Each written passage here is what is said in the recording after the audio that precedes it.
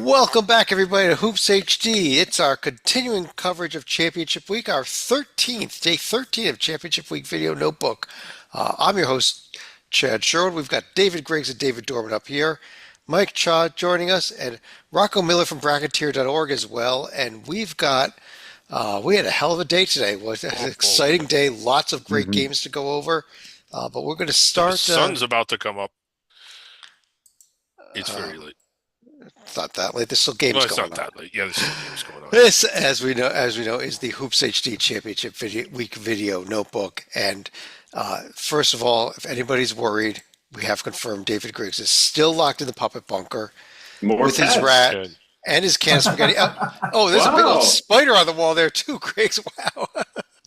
lots you of can't pets. see it, but there's petri dishes in here. They've just I don't know they've started to store them in here. Said that they needed a safe bunker to keep them in, Oh, and maybe then that they has to still do with didn't let me with up. that spider or something there too, Yeah. and the rat, and it's a looks like lots of fun, Griggs. It's not want to trade? No thanks. Um, I guess we got to start with the fact that the actual selection committee, as well as our Hoops HD selection committee, both are meeting today. Yeah. Which one do you want to start with? Griggs, ours, or the real one? It doesn't. We could start with the we could start with the real one. I know Rocco is a selection committee guessing expert. He's trying to closely follow what the real. So this is just what This is they their kind of did. minutes. Yep. Yeah, this is kind of what they did today. And you may recall yesterday didn't get a lot done yesterday. A lot of distractions. So Yes, what just the fuck? just going through the day to day here. It's like the committee met for breakfast. David Warlock and Dan Gavitt, NCAA staffers, said in a meeting that they must start getting work done. They can't cancel any more meetings or have any delay any more votes. They have to get it done. Breakfast ends at 10:30, and the committee decides to take a break until lunch. At 10:31, 1 minute after that, Dave Gavitt absolutely blew a gasket, started yelling all kinds. I don't even want to repeat what he was saying, and tells them that they need to go into the room and get to work. They basically put them in the meeting room chat and just closed all the doors. Uh, they were in there until 11:47. Something very strange happened here. Just before lunch, the staffer goes in to check on him, and they discover that the committee had voted Manchester United into the field. Um, this obviously caused a lot of distress. Dan Gavitt was incensed. He started headbutting the wall for 5 straight minutes. And then, like, staffers break protocol. They're not supposed to do this. We follow the protocol when we do our committee. The staffers, Chad, motion Manchester United to be removed from the field. This is something only the committees could do, but they did make the motion. The motion failed 9-3. So Manchester United was still in there. Then they had their 2.5 hours for lunch, and 2.5 hours. it was supposed to start at 12. They started at 12:03, and the committee said, "Well, since we got in here late, we need an extra half hour." They got that. So 2:32, the committee takes a break. The committee votes to take another break until the ice cream social later that afternoon. Dan Gavin at this point was so distraught he started to cry. They are told they need to get back to work and get Manchester United removed.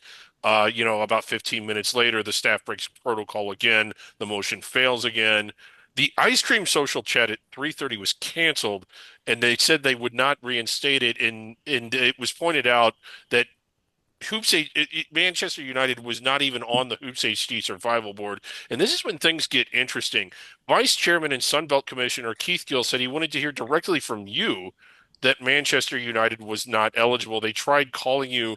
You were with us. It was 3:35 in the No, afternoon. We were 3:35. I was actually at a court hearing this Oh, okay. afternoon. So I do have a day job, and Yeah. I was busy there. Yeah, and another motion was made. It failed. At the risk of having the ice cream social canceled, two people actually changed their votes. It was now 7-5, but the motion still wasn't carrying. And then for the next 2.5 hours, they called you every 10. What did you think was going on at this point? Your phone I must have was just busy. kept. I was busy in court, and then I had to eat dinner. I had a lot of other things going on. It wasn't until like 9:30 that I realized they were trying to call me. Yeah. And they break for dinner again, 2.5 hours for dinner. Dan Gavitt and Dave Wardlock were reported as being physically ill. At 9:22, they finally got a hold of you, Chad. What happened here? I told them that Manchester United is not on the survival board. They're not in green. They're not in blue. They're not in any color. So Yeah. they can't be on. I don't even know what they are. I've never even heard of Manchester United. Yeah, you informed that they weren't a college basketball team, and several committee members were shocked to learn this. Uh, So, so I think they finally got them off, right? yeah, they got him off.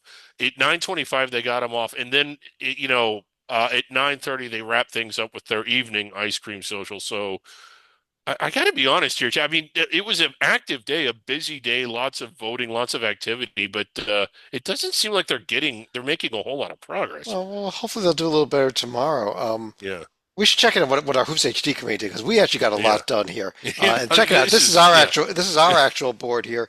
As you can see, we have voted in several additional teams, including Utah State, Arkansas, West Virginia, UC San Diego. We voted in as well as Oklahoma. We did not vote Boise State in. We did not vote Xavier. We did not vote San Diego State or Vanderbilt or Indiana in yet. But there are still up to about there's at least two and up to about I believe five more teams that could make the field. So still room to get some of those teams in. We also did the initial seeding of the first 8 seed lines. You can see on there on the right side from Auburn all the way down to Mississippi State. So uh, Yeah. there's your Yeah. one seeds: Auburn, Duke, Houston, and Florida. So For now, real selection committee. If you're looking for something to go off of, you can check this out. yeah, Take a screenshot of this, and maybe this will help you. yeah, Let's get to what happened on the court, though. yeah. Lots of action today. Yeah, let's start in the ACC. This conference was absolutely insane tonight. Rocco, insane comebacks in 2 times. Probably the most insane of that first game between Duke and Carolina. Yeah. Yeah. I think with about 15 minutes left, Duke led by 24. And, multiple droughts. They had a drought in the last 320 basically until those final free throws um, that allowed Carolina to continue to, peck away at the lead. And eventually it got down to it. North Carolina had 2 free throws to take the lead, missed the first. Second one, guy gets a lane violation. Feel awful for the kid. I know he's probably having a rough night. He stepped backwards. He went the wrong way. Yeah, I think he just lost his It was balance. bizarre. Yeah. It was so blatant that the ref had to call it. I bet the ref felt bad that he had to call it, but there's just no hiding from that. And Duke got to the line, got back up by 3. Carolina had one last crack, didn't work out, and now they're left 1-12 in quad one. And although they've played better in the last 3 or 4 weeks, there's just no signature win to go off of unless you just take that UCLA win from a long time ago, and that's their only win against the field. Yeah, I tried to get the That's profile up. that's not such a bad profile. There. I mean, at Chattanooga, at Furman, at Let's Auburn. try. That's Let's try again. Oh my God! Oh boy! We There got it it. is. Yeah, there's a huge void there. Yeah. There's a lot of space up here in the profile. That's Yeah, uh, but quite a the other. visual. The other game, Dorman, Louisville and Clemson, also it looked like Louisville had it, and here came Clemson charging back, and they almost came back and stole this game. Yes, they did. Louisville looked like they were in control in the second half. And like you said, Clemson hit a couple threes. Louisville tried to give it away. Louisville missed a free throw. Clemson's down 3 with the ball, and about 8 seconds, they're running down the court. They take a 3.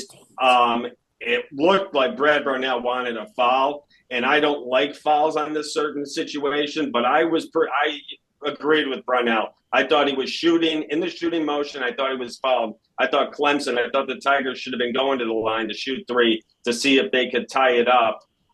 They didn't give him the foul. The board went to Louisville, and the clock ran out. Louisville escapes.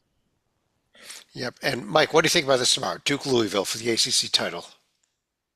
Yeah, it's chalk. I mean, those are, Duke is head and shoulders above everybody else, and I mean Louisville, Clemson. I mean, if it was Clemson, it would be a great matchup too. Cooper Flag will not play tomorrow, and that's the right decision. I mean, the ultimate goal is to win the NCAA tournament, not the ACC tournament. I wouldn't be surprised if Louisville won against a shorthanded Duke team, but this should be another good matchup. If it's anywhere near as good as tonight's matchups, I'll be very pleased. Yeah. At the end of the day, I don't know if this is going to have much in terms of the NCAA No, Duke is a lock committee. for the one. Even a For Louisville sure. win doesn't move the needle that much because it's a shorthanded Duke team, but it could move the middle. It could be a seed line difference for Louisville Yeah, if I anything. think it would move it a little bit, but I'm with you on that. Uh, Yeah. Griggs, it was semifinal day in the Big 12, and Houston, it was 15-0 over BYU, and the game was over about 3 minutes in. I was so excited for this game because of the contrasting styles and just looking forward to like what happens when the unstoppable force meets the immovable object. And the answer is the immovable object stops it. Yeah, Dorman, you're our Arizona guy. There you go. You're in the championship game with after Caleb Love had another great game against Texas, and they beat Texas Tech. Yeah, Caleb. Well, Caleb Love played really well. Vassar down low was really strong, tough. They needed him today. He's been a really, really wonderful surprise for Arizona. There were some injuries up front, and Vassar has stepped in and really played a load of the minutes, really playing 30, 35 minutes a game. And he's been tough, and he's getting boards, and he's playing tough D. He has been a pleasant surprise for Arizona, and they outlasted Texas Tech tonight, and they get Houston tomorrow in the title game. They lost to Houston in one game. They played once this year in Tucson. Arizona had the lead for about 30 of the 40 minutes. Houston took over down the stretch. Arizona couldn't get off shots on the sweltering Cougar D. We'll see what goes on tomorrow night. Yeah, they this Oh, this. Go ahead, Griggs. I just had an opinion on Houston. I'm starting to think they're a fairly decent defensive team. Rocco, let's go to the Big East Conference. And how about Oh, the Chad, I was Johnny? going to say I knew the Cougars Yeah. would win that matchup. Yeah. Zing. Rocco, how about the Johnnies and Creighton both winning, and the Johnnies really coming close to locking into a 2 seed here. Yeah, it's a big day for that part of it.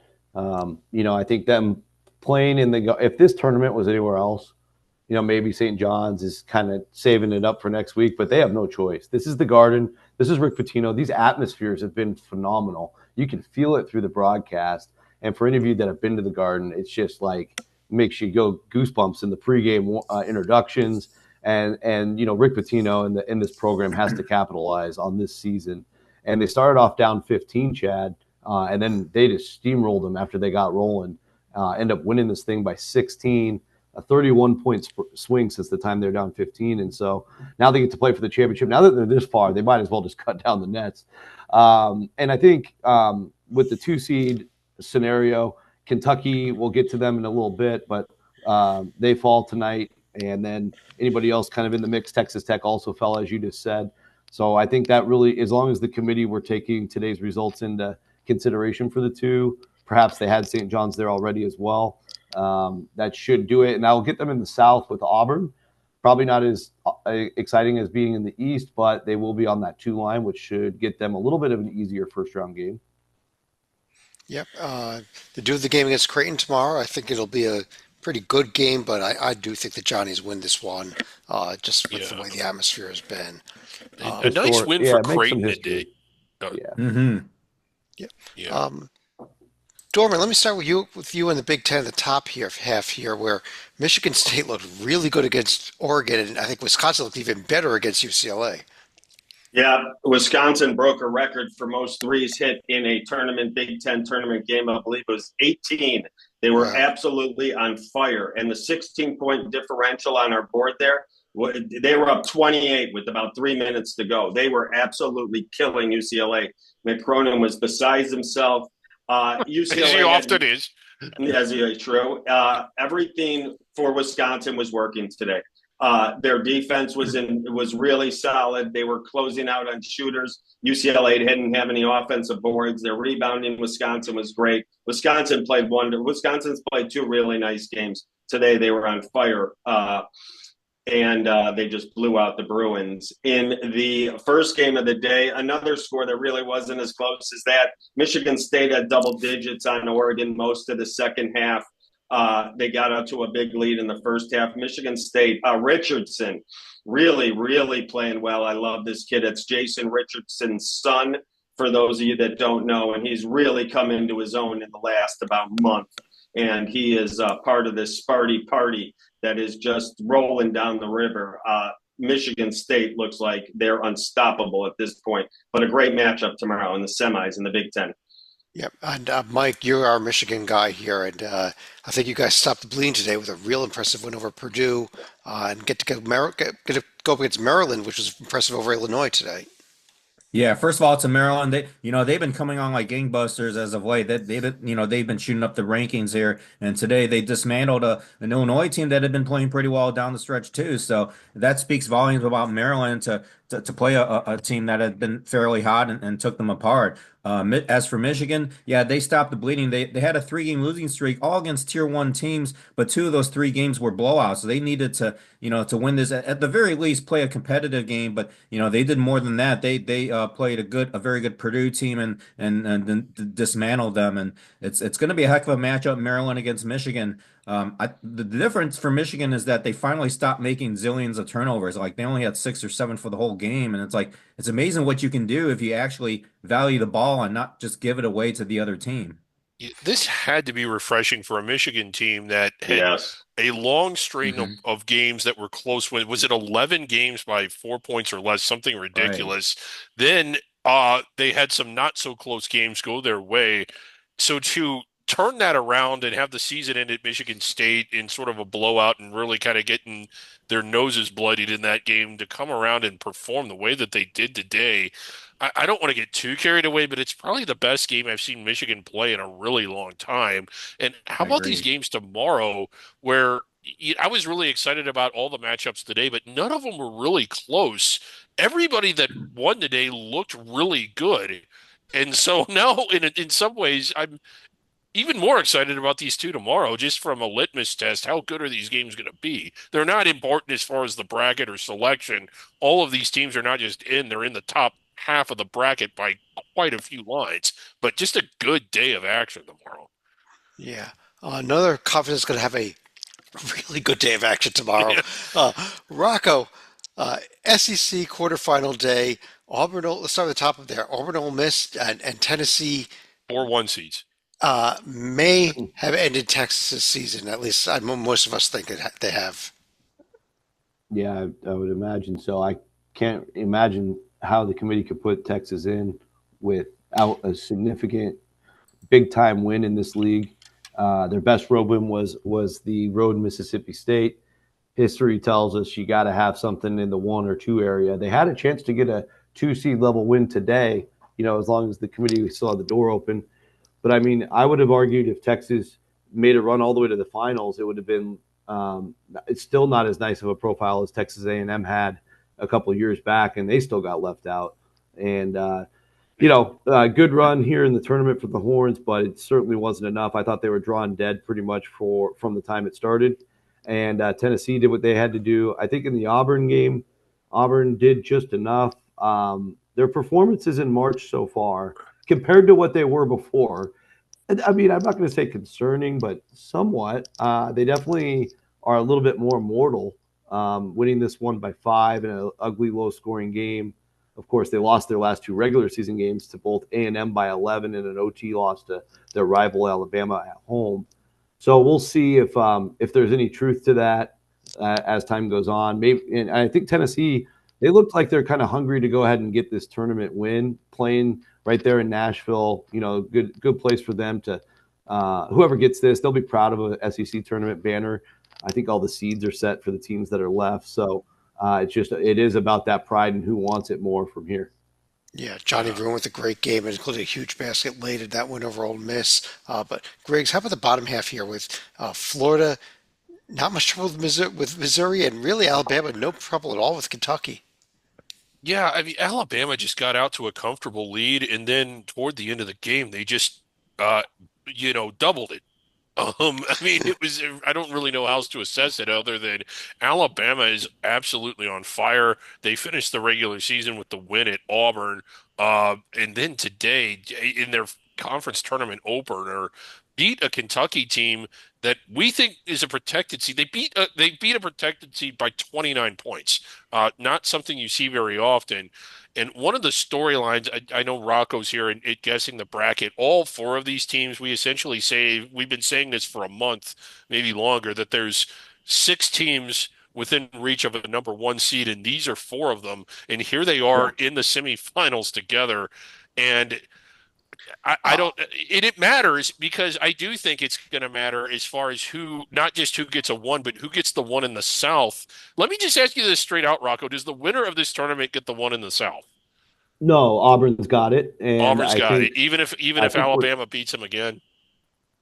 Yes. Okay. Yes, because I think it's going to be so late in the process that all that stuff's done. I think it's done now. I think we have a solid 4. I think it's down to and I got some information tonight that Houston actually requested to be put in the West, so that makes things interesting.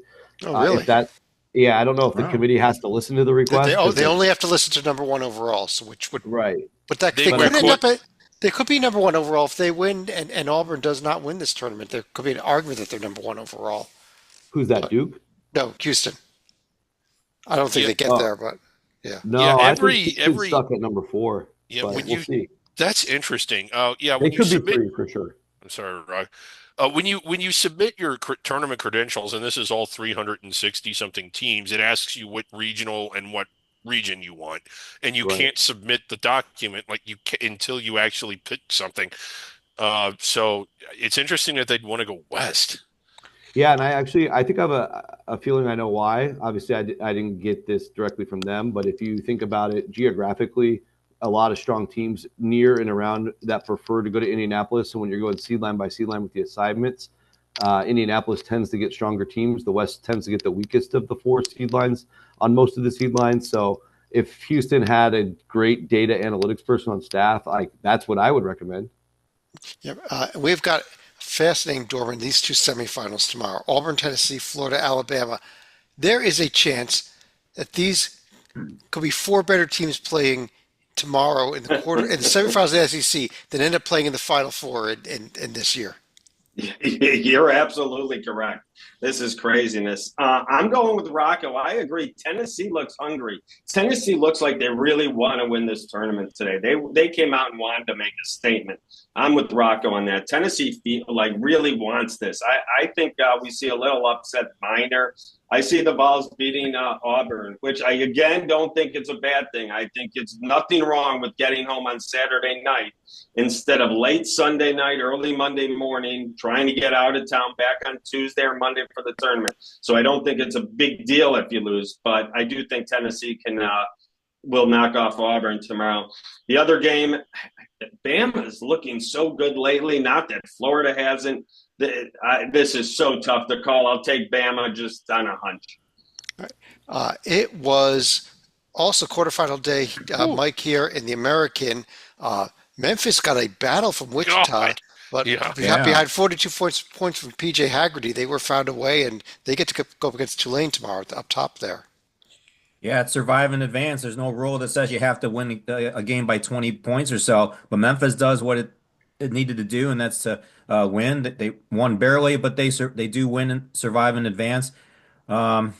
This is where if you're the bubble team, you gotta root hard for Memphis, because if Memphis falls, then you're gonna have a bid stealer here. So you're a bubble team like in North Carolina, for example. You better pray hard that Memphis wins this tournament. Yeah, and they get the Ron Hunter's Tulane team tomorrow. Yeah. One of our favorite coaches out there. Love Ron Hunter. Yeah. On the bottom half of the bracket, North Texas didn't have much trouble with Tulsa. And Rocco, this stat line from UAB for Yaxel Lendenberg: 30 points, 20 rebounds, 8 assists, 5 steals, 4 blocks, and this win over East Carolina. That's one of the best performances I've seen all season, honestly. Yeah, well, it makes sense because I had ECU for 3 games down in Daytona Beach at the beginning of the year, and they just have a bunch of 6'5", 6 to 6'7", positionless guys, but they don't have a true center on the Pirates, and it makes sense. Big Yaks just ate their lunch all day long and took every rebound he could. And the problem with UAB if and when they can get to a Memphis game again, Memphis has so much size and physicality. Yaks has had 2 bad games against the Tigers. So it is all about matchups. Just another quick note on that Wichita game. I had that thing circled ever since the bracket came out because Harold Beverly is probably the biggest man I've seen in person all year long. And I've seen Memphis, 6'11", 250. They're like the only team in the AAC that can match up with Memphis. Almost got it done, but Memphis avoids that tough matchup. And we'll see. I don't know if Tulane can really match up with them, but hopefully they can give them a game. Yeah, North Texas looked, I mean, no, not too much trouble, but for the first 15 minutes of this game, they looked terrible. I think they were down by, was it 15 or something? I mean, they just looked awful. And then they just totally flipped the switch. And it was just a reminder that they only played well for 25 minutes and won easily. That's a testament to how high their ceiling is. But if they start like that against UAB, they may not yeah, come back. they may not come back. Dorman, over the A10, we had quarterfinal day with both VCU and Loyola winning on the top there. George Mason, and then the game of the day was probably the bottom one between Dayton and St. Joe's. Absolutely correct. Dayton had every opportunity to knock St. Joe's out of this tournament, but Dayton couldn't hit their free throws and kept St. Joe's in the game. And when you keep teams in the game, it's going to end up biting you, especially in March. You got to knock your free throws down. St. Joe's wins in overtime, and the Hawk is still alive. They get George Mason, an older, experienced George Mason team tomorrow. This should be a fantastic semi. I think it's tight as can be. Really a true battle. The A10 is loaded tomorrow. And two great semis. I'll let someone else take the other one, but Yeah. two great games. One of the things I want to say about the end of this game, it was amusingly stupidly played. I just saw Dayton was up by 4 with 14 seconds to play, and from that point on, in the final 14 seconds, neither team had a field goal, and Dayton lost. It was remarkable, that sequence of events. Yeah, and here we are with a couple of the VCU Loyola game, George Mason St. Joe's at Rocco. The big question in this conference is there a path for VCU to somehow sneak in should they not win this auto bid? It's hard to see that. I think the really fascinating part about the question, Chad, is the committee is going to have to make that decision before the game. And, if they want to budget a spot, if VCU loses, that's an option for them. And we looked at it kind of before we joined the show. George Mason St. Joe's right in that like mid 70s area of net. So a loss would be quad 2 pretty cleanly. I just think the only issue with VCU's profile is they didn't get that win against the above the cut line away from home. I was at one of those games. They played well against New Mexico, fell short by 7. Tough place to play. Missed out on a couple others. So I'm going to just lean out due to all that, but I do feel bad saying that because watching this Rams team, most nights they look beyond the tournament team. They've throttled tons of teams, but unfortunately just with the type of league they're in a good enough league. There's enough results, and it's just a tad short. I'm sad to say. Griggs, we had a hell of a day in Conference USA with these two semifinals, starting with this Liberty game. Shout out to Caden Matheny here with 7 for 13 from three-point range, 24 points to lead a big comeback win, and then Jacksonville State barely held on against Middle Tennessee on a crazy final possession where Middle Tennessee couldn't even get a shot off. Yeah, two really exciting games. Liberty behind for seemingly most of it, had to go on a run in the last 4 or 5 minutes of that game to pull even and then finally get the lead. A really good effort by a Kennesaw State team that I wasn't expecting much of to coming into the year. They held their own in a CUSA that had a lot of parity. We said all year long that this was going to be a great conference tournament, and it has been. Just look at from the 6 games we've seen so far, 4 of them have been incredible. Yeah, it has been. And Mike, what do you see tomorrow? Liberty, Jacksonville State for the auto bid. I want to go with Liberty. I think they had their scare today against Kennesaw State, but Jacksonville State also barely got by too. I like Liberty to win this tomorrow night. Okay, Dorman, conference upset, the Metro Atlantic. I don't think we saw this one coming today. Wow. We've been waiting for the upsets in this, but I Wow. didn't see this coming. The top seed, Quinnipiac, goes down to Iona. Iona was ahead the whole game, really played strong, well-coached Iona team. I really like the Gales here, and they get an upset-minded team. Mount St. Mary's, the Mount, beat Merrimack by 2 in the nightcap in 2 really good games in Atlantic City today. It sets up a fascinating final tomorrow. I like Iona, but Mount St. Mary's has upset the apple cart the whole way, so why not one more? But fascinating MAC tournament we have going. Somebody here typical- did call the Yes, Iona you win, did. but I thought Merrimack would have no problem with the Mount, so I can't take credit for this whole final. But go ahead, Griggs. Year after year after year, I'm tired of Quinnipiac just can't win in a conference tournament. I won't learn my lesson next year. They'll be in the top 2, and I'll pick them again, and they'll fail to make the championship game. Rocco, what about this championship game? Not one that any of us had in our books. Yeah, well, it's been interesting. You know, the Mount has really overachieved. I just want to give a shout out to Donnie Lind, who got the job late in the cycle. There was 67 coaching changes in Division One last year. He was one of the last of the 67. Takes the job, takes the plunge, gets the staff together on the fly, and they've gradually gotten better. You know, since January 31st, they are now 10-3, and one of those losses was a home loss in overtime to this Iona team. So now, you know, payback's on the mind of the Mountaineers. Not only that, Chad, but Terrell Ard went down for the year in February. They announced that right before the Metro Atlantic tournament began. And I think it's a fascinating story. I love the way they defend. Whereas you also have a coach I have nothing but ultimate respect for in Tobin Anderson and the Iona Gales. They really struggled, but you knew he's such a great coach, and they're going to start getting it figured out. And that's what they did down the stretch. Man, I'm kind of glad they're playing for the title just because they really hit their stride at the right time. And that's what this league – nobody was really dominant in this league, so this league kind of deserved that. Yeah, that's what I really liked. I liked the way Iona had played that last few weeks of the season. They were coming on strong, and I'm not shocked to see them here. I am shocked to see them out. Yeah. But Mike, in the Mid-American Conference, we had the semifinals today. Akron and Miami, Ohio. We got the top 2 seeds in. Yeah, Akron looked really good today. That had to be an exciting game, you know, a very high scoring game. It was kind of close. It was kind of close through the first 2/3 of the game, but down the stretch, Akron pulled away, and they showed why they're the top seed. They're the better team.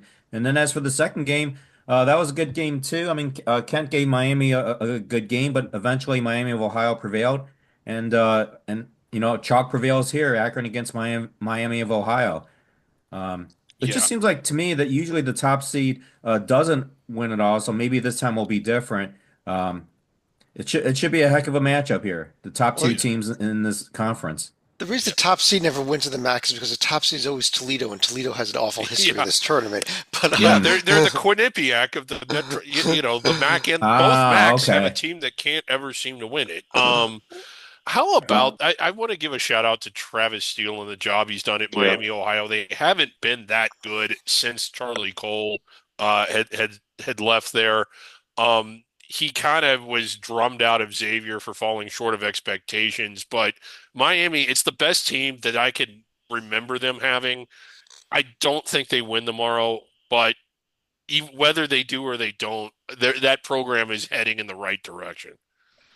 Yeah, they beat them twice during the year, but Miami, Ohio, I've said it for all week now, they can score the basketball. If Miami can get enough stops on the Zips, they can stay around. They can stick around in this game. Their offense is awesome. They got some incredible shooters and guys that take the ball to the basket strong. If Miami, Ohio's D is good tomorrow, they're good enough to win this game. we could see this game up in the 90s tomorrow also. Both teams do have some offense. I guess we should take the over then. Dorman, over in the MEAC, Norfolk State got challenged again Good and Lord. survived again, and South Carolina State had a warm-up scrimmage, I think. They didn't even have an opponent. Chalk holds again. We got 1 versus 2. We've said it all week. We think Norfolk State's talent is stronger than anyone's in the conference, but they keep letting these underdogs stick around. Eventually, it's going to come up and bite you. You need to finish games. You got to hit your free throws. You got to limit the turnovers. You got to get the ball in bounds. It's the basics of basketball. But we've seen all week at every conference, this is a difficult task when the pressure becomes, when the pressure is so high with bids on the line here. So I know Norfolk State has the best team. They have the best talent. But if they let South Carolina State hang in the game or have a lead, look out. They could be in trouble. In the SWAC, Rocco, you called this Alabama State team, but that was actually a heck of a game. And Grambling had a shot at the buzzer that just missed. I thought it was in when he let go of it, and they were gonna have a buzzer beater win there. But they move on and they get Jackson State, who had no problem with Cookman. Quite a storyline for the championship game with Mo Williams leaving Alabama State at the end of the 2022 season, Chad, and now facing his former team that he left behind for all the marbles. Now, on the flip side, Jackson State really dominated Bethune-Cookman. I knew they had one of the injuries, but still, that was a very impressive showing from the Tigers. And I'm just fascinated with this storyline here in the title, around Mo Williams. I'll stick with this Alabama State team, since February the 10th when they beat Southern. I thought that really changed their attitude and their confidence level. They were sitting there 5-5 at the SWAC. With the SWAC record at 5-5, and since that time, Chad, now they're 9-1, and they beat Southern twice in that stretch. The confidence couldn't be higher, and this thing, by the way, is in Birmingham, so that's nice for Alabama State. Atlanta. Oh, it's in Atlanta. The SWAC's in Atlanta. Yeah, they moved it to Atlanta well, this year. Still closer to Montgomery than Jackson, so we'll take it. But sorry, thank you for correcting me on that. And I just think this is going to be a really terrific game because during Alabama State's hot streak, they didn't get to play Jackson State, so we haven't seen the matchup at all. And Jackson State themselves, they've won, 8 in a row. So I think we could have a classic here. Yeah, I'm sorry, it's Alabama State that's in Montgomery. Birmingham's in Birmingham, and the tournament's in Atlanta. There we go. Griggs, there's something missing from this field, though. What is it? Yes.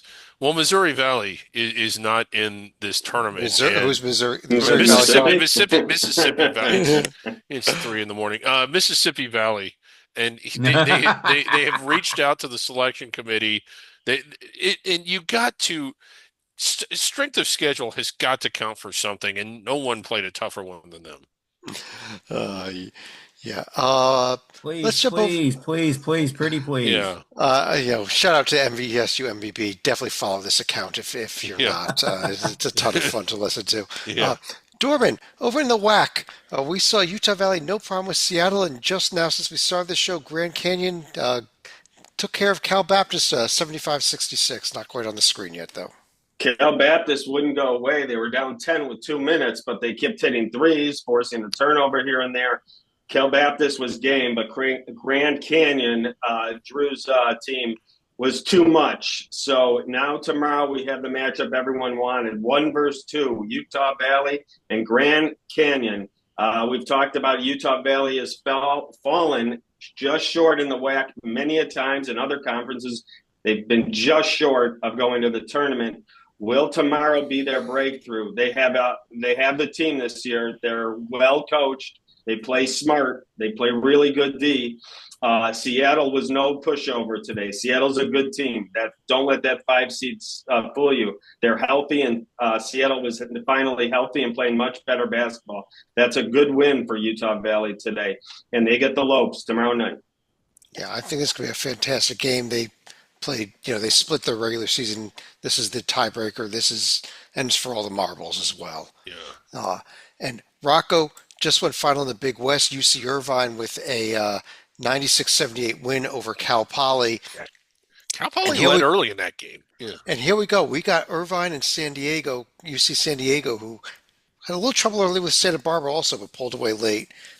It's a game we all were hoping we would get, and we got it tomorrow. I know. These two teams, Chad, 34 combined wins away from their own campus. It's just a tremendous amount of wins, 16 for UC San Diego, 18 for UC Irvine now with the Cal Poly win.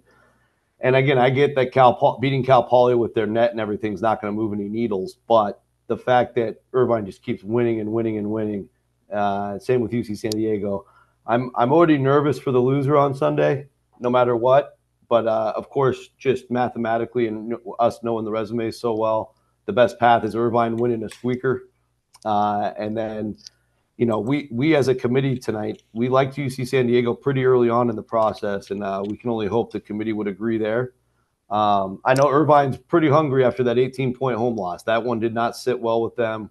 Had a chance to spend some time with the staff on Wednesday. They were actually there scouting Cal Poly a couple nights early, so we hung out, and they looked really locked in. But it's UC San Diego; they're freaking good. And you know what else, Chad? In this tournament, if you've been watching closely, a lot of these shots are taking great bounces off the rim.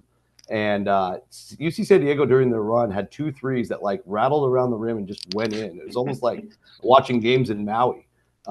So if that keeps up tomorrow, that's going to favor the Tritons because they're deadly from deep. And how about the Tritons? This is their first year eligible for the NCAA tournament, a chance to go. Not only that, shout out to their women's team on a buzzer beater today, won the women's Big West Tournament championship. So they could put both their teams in the NCAA tournament on the very first year eligible. That's crazy. That's an incredible accomplishment. Yeah. Dorman, Mountain West, we saw Boise State and New Mexico, and it was 72-69 final, but Boise kind of led this the whole way. Yeah, Boise, this was a good game. Back and forth, back and forth. Donovan Dent, the point guard shooter from New Mexico, was great again tonight. If you haven't seen Donovan Dent play basketball, you need to check him out next week in the tournament because New Mexico will be in it, and he is super. He is fun to watch. So now we have Boise moving on to the finals. It looks like they're getting Colorado State, which is fascinating in itself because I think Utah State and New Mexico are safe. So I have both those two teams in. I have the loser of this Colorado State-Boise State game either just in or just out. It is really, really tight. It might come down to what goes on in the Big West. It might come down to what goes on in the A-10.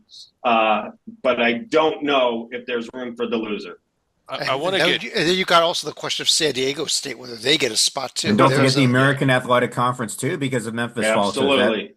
Yeah, I want to get Rocco's take on this because I know he's really good at guessing the committee, but my take is San Diego State close but relatively inside the bubble and probably safe. New Mexico definitely safe. Assuming it's Colorado State, which is a pretty safe assumption, the loser tomorrow is out. And if I think Colorado State needs to win tomorrow to get there, but once they're there, they can win a game in the round of 64. They haven't been at this level all year long. That's why they need to win tomorrow, but they're at this level now, and holy crap, are they good. I mean, they've been playing like this for about 6 weeks now. If you run the reports nationally, Colorado State's like a top 12 team in the country the way they're playing. Now, we don't know. It's supposed to be adjusted for all the levels of competition, but it'd be interesting to see them against another conference. But this has been a remarkable run. And Nick Clifford's, as good as Donovan Dent's been for New Mexico, Nick Clifford's been the best player in the league the last 6 weeks. So, I think Boise probably didn't want to have to see Colorado State again. They ruined their senior day. Or maybe they did to try to get revenge. But I would pick Colorado State to win this game just because they outplayed Boise in Boise. And they look like a freight train right now against Utah State. And you wonder, I think they win tomorrow and the train keeps rolling. Yeah, I mean, they could probably get an 11 in the NCAA as an auto bid and really be dangerous from there. Yeah. We are going back to the America East tomorrow. Also, first game in the morning, and it is the Maine Black Bears looking for we're 9 hours from now. Oh, yes. There are only 2 states in the entire nation that have never placed a team in the NCAA tournament. One of them is Alaska that has no D1 teams. The other one is the state of Maine. Could Griggs tomorrow be the day that Maine finally gets their team in? Chad? What? I think they get it done. Wow. I know that this is a sentimental pick. I've been since October. You and I had said that Maine would be improved this year, but we thought that they would not finish last. It's been a fun team. I really liked watching that semifinal game. They went to Vermont, a team that has been playing really well, and beat them on their floor. I think Maine goes in the Bryant tomorrow and wins. I maybe that's part of it. Maybe that's maybe that's more my heart than my head. But yeah, I think they get it done. You with him, Dorman? I'm with them. Black Bears. Yeah, Let's do it. Let's go to the Black Bears bandwagon here. yeah. Yeah, Black Bears. Rocco, we are also tipping off tomorrow in the very last conference to tip in. There's 4 teams that have not yet played in championship week. They will start tomorrow. It is semifinal day in Ivy Madness. Yale, Princeton, Cornell, Dartmouth. What do you see? Well, I just want to say, what a moment for Dartmouth. They're finally in Ivy Madness after an 8-year drought. So congrats to the Big Green. I know it's a special day. It's also going to be played at Brown, who didn't make it. So true neutrals, quote unquote. I'm sure some of the locals at Yale and all that are going to fill it up. But yeah, last time Dartmouth played Cornell, we know what happened. They beat them by almost 40, and they lost to them by 12 before that. So big variety of possibilities in that, and that's, I think, the game to watch, mainly because when Princeton's played Yale this year, they've certainly been overmatched. Princeton just down, I think, a key front court guy this year. Didn't address that in the offseason, and they fought hard, and they've got the talented duo of Caden Pierce and Xavier Lee. But I think they lost Martini to my Rutgers team. It didn't help Rutgers either, though. So yeah, that's right. That's right. So I would pick, as long as Cornell's hitting shots, it should be a Cornell-Yale final. But you can't rule out Dartmouth because they've already pounded this team before. Mike, what do you think? Who wins this? Who wins this event? I'm picking Yale. I think the fact that they're the top seeded team, and also the fact that and they're playing in Providence, which is not too far from New Haven, Connecticut. They'll have a lot of fans on their side. I'm going with Yale. Yeah, me too. Griggs. Yeah. I'll keep it even more simply. Yale's just better than everybody else. Yeah, Dorman. Fair enough. I'm real interested. Cornell Dartmouth is a fascinating situation. Around they split the regular season. They both won at home. Cornell has a real fun offense. John Jocks is the coach, and he speeds it up and he pushes the ball. You're not used to that so much in the Ivy. You think of it as slowed down. Not at all. Watch this game tomorrow. This is exciting offense. I see Yale over Cornell in the final. Yale over Cornell. I think we all kind of are leaning towards that Yale should win this event, but you got to play the games. That's it for all the games that are going to be played tomorrow. So it's time to check in our survival board up there on the website, Griggs. Oh, yeah, the survival board. Yes. This is the tool we do for the committee to help them along when they're doing stuff like going to too many ice cream socials and and selecting Manchester United and that stuff. Yeah, and what's disturbing about that is that they must not be referencing this board if they selected Manchester United. But I'm glad they got it straightened out. Heading into the day today, there were 114 teams left with a shot to win it all. As a result of all of today's actions, except for the 2 games that just finished in the WAC and the Big West, we have 95 teams left. Wow, It'll under actually be 100 now. It'll be 93 actually as soon as we get this updated after the shows tonight. 93 teams left. And you want to talk about the various categories here? Yeah, well, I mean, there's the automatic qualifiers. Those are the teams that are in blue, and the committee must select them. So that when they come here, they look at this board, they see if a team's in blue, like Drake is right there, they have to select Drake. Okay, they're all caps means that they've won an automatic bid. Yeah, they want an automatic bid. But a blue team like New Mexico, what happens if they're wondering whether or not New Mexico should be in? Well, they don't need to wonder. They don't need to think about it at all. New Mexico's in blue, so they're in. We've decided that for. We've got some teams that are just a regular type, like Iona here in the Metro Atlantic. What if they watched Iona today? They said, well, that was a great win for them. Good win, yeah. Should Iona be in as an at-large bid? Yeah, and they might think that. They look pretty good today. And these are busy people. They may not have seen Iona and compared them to anybody else. And if they saw them today, they might want to select them. But we've looked at the whole season, the whole body of work, and we're like, no. As good as they were today, they still need the auto bid for you to take them. What if Griggs, they start thinking about one of these teams that are red? For example, they're all Patriots in there. What about the Air Force Academy? What if they say, hey, listen, let's be patriotic and maybe we should give the Air Force Academy a bid? What does And this tell them? oh boy, that would be well, and I could see that it's a sentimental pick. You really appreciate that program and what they do. Unfortunately, they're awful at basketball, and we've we've crossed them out and let the committee know you do not want to select that team. We were just talking about all these Mountain West teams, whether they get in or not. What about these, when they come up to the decision of here, does Boise get in or not? Does San Diego State get in or not? What does Yeah. this tell them that they're in when they're in green?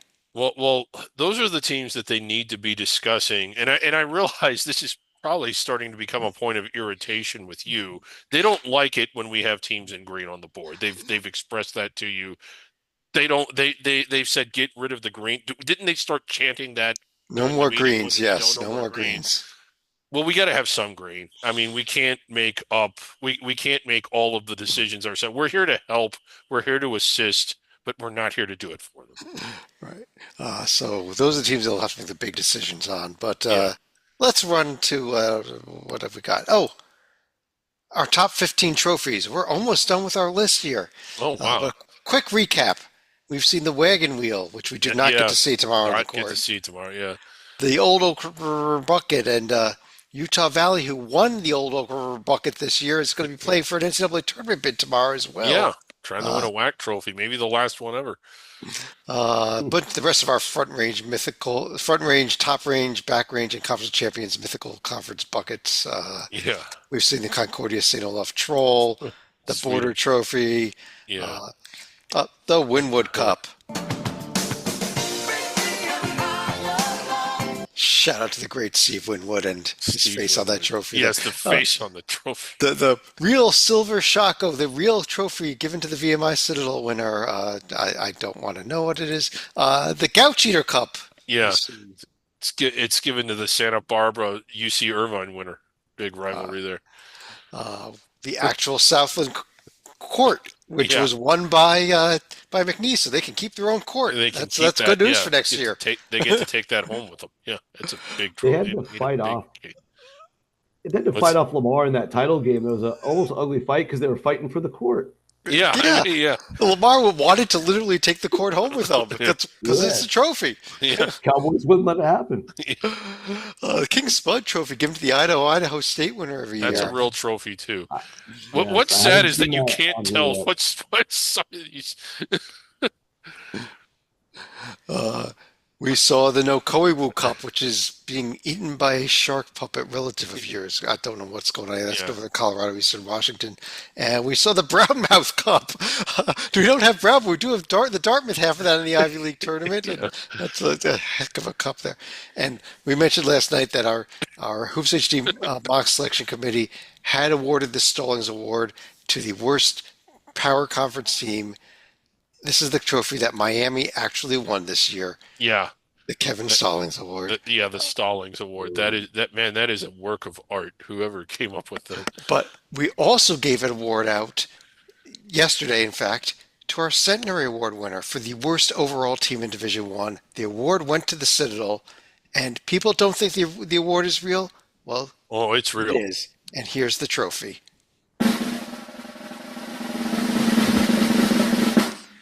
The Golden Toilet Bowl. Yes. Congrats to the Citadel. That is Yes. a hell of an item to display in your team office. Yeah. This was our good friend Zach Singer came up with the name of the trophy, the Golden Toilet Seat.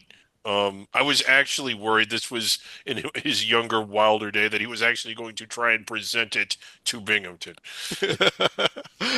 No, let's go to final thoughts. Mike, let me start with you.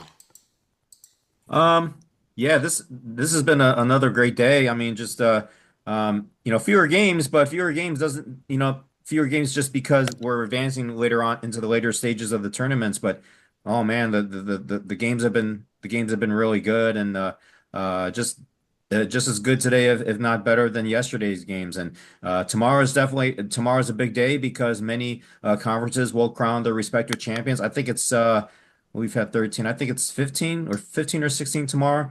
But yes, tomorrow's going to be a big day, and it's going to start bright and early, 11 a.m. Eastern time. Oh. I'm really looking forward to it, and we're right in the middle of we're right in the middle of the mock committee, and that's exciting too. So I'm really amped. Yep. Dorman. Yes, down the stretch we come. So the biggest headaches I see going on for the committee right now, or slash contingency brackets. We have an issue in the A10. If VCU does not get the auto bid, do they get a spot? The final of the A10 is Sunday afternoon. It tips at 12. Not much time after that for other brackets. Late night, tomorrow night, Saturday night in the Big West, UCSD is taking on Irvine. You heard Bracco's thoughts on it. I'm right with them. I think it's tight for the loser, and it's going to be a long 20 hours. I feel the loser should be in either way, but it's tight. The Big West is an issue. The American, late Sunday. What if Memphis doesn't lose? If Memphis doesn't win, they lose. Memphis needs a spot as a Memphis needs a spot. Who are they knocking out? And then we've talked about it all night and all week. The Mountain West is fascinating. Is the loser of the Colorado State Boise State Championship game tomorrow out? I have Utah State and New Mexico safely in, and then San Diego State is going to be nervous from now until Sunday night. I have them going to Dayton. Those to me are the biggest issues going on right now in the conference room for the selection committee. It's kind of funny about the American. I think a lot of bracketologists that want to have life a little bit easier might be actually rooting for Tulane tomorrow, because then we just know it's an auto bid winner and that's Saturday. it. And you don't have to do a contingency bracket. Rocco. Well, I would just say to those other bracketologists out there, just go ahead and add an extra team to your list. That way you're covered for if it's stolen or not, that you feel okay about. I would just say, there's a lot to look forward to tomorrow. Dorman nailed it. Obviously, the Big West is huge. The Mountain West is huge. Doesn't get bigger than those two unless Memphis loses to Tulane. Then I guess that's equal level. But I don't want to lose sight on Bryant, Maine in the morning. It's an exciting opportunity for Maine and Bryant for different reasons. Bryant, of course, making the leap up from the NEC, tasting success, similar to what Mount St. Mary's has, taking the leap from the NEC, tasting success. Can they get all the way to the finish line? Really cool story for both programs there. And I also think an underrated championship game, maybe nationally, just because there is so many things going on and so many things to talk about, is that Jacksonville State Liberty battle. For the Conference USA. Liberty had to get by Kennesaw with the skin of their teeth. The last time they played Jack State, it was a low-scoring, punch-you-in-the-mouth type of game that Ray Harper wants. He's a matchup zone expert, and he'll have a great game plan for his Gamecocks. But Liberty's got more talent and more athleticism. It'll be fascinating. Games down in Huntsville, Alabama, so you'll see if JSU fans can pack that place. I can't wait for that game, and it might be in the 50s again. I'll stop there. There's a million things to look forward to. Louisville gets another crack at Duke that maybe they'll be able to take them given the circumstances. There's something for every level of college basketball tomorrow. Yeah. And by the way, those SEC semifinals. Yeah. Just got to throw those in there Awesome. on top of that. That's Great- how amazing great tomorrow's going to Heavyweights, be. all heavyweights. Everything great- Rocco it's gonna just be threw great. in, you throw in those two games on top of that. It's just Oh, amazing. for the record, it's 12 championship games, not 15. 12. 12 tomorrow. Yes. Thank you, Mike. Griggs, you want to finish off the show? Yes, I really hope the committee gives a serious and fair look to UC San Diego and UC Irvine. One of the ways that I know a lot of bracketologists evaluate teams, and you can be fairly accurate doing this, is quad 1 wins, quad 2 wins, and those teams don't have as much as some of the other teams on the bubble, but they also had fewer opportunities. And one of the things that I wish the committee would look at is the sort of a percentage of opportunity assessment. UC San Diego, for instance, didn't have many, but they took advantage when they did. They had the nice win at Utah State. They did win at UC Irvine. They won a lot on the road. And while they didn't get any $100 jackpots on the road, they did collect a lot of dollars and cents along the way. And I think that adds up when you win 16 and 18 games away from home, the way that those two teams have. Indiana has more. Texas probably has more. But who's a better hitter, somebody that gets 4 base hits in 31 tries or somebody that gets 1 or 2 base hits in 5 tries. I really think that they're at a circumstantial disadvantage. It's hard for their conference does not supply them with the opportunities that the multi-leagues bid leagues do. And when they try and put together an out of conference schedule, they have to play those games essentially in the first 6 weeks. And to get them at all, they have to play them under unfavorable circumstances. And they do have to go on the road a lot. When you go on the road as much as those two did and you win as much as they did, that should count for more than what it's counted for in the past. All right. On that note, I do want to thank everybody for joining us. We'll be back tomorrow night with the final edition of the Championship Week Video Notebook. It'll be not the end of our podcast for the season by any means, but definitely our last video notebook. But for now, on behalf of David Griggs, David Dorman, Mike Cha, and Rocco Miller, check him out at bracketeer.org. I'm Chad Sherwood. Thanks for joining us. Talk to you again tomorrow night.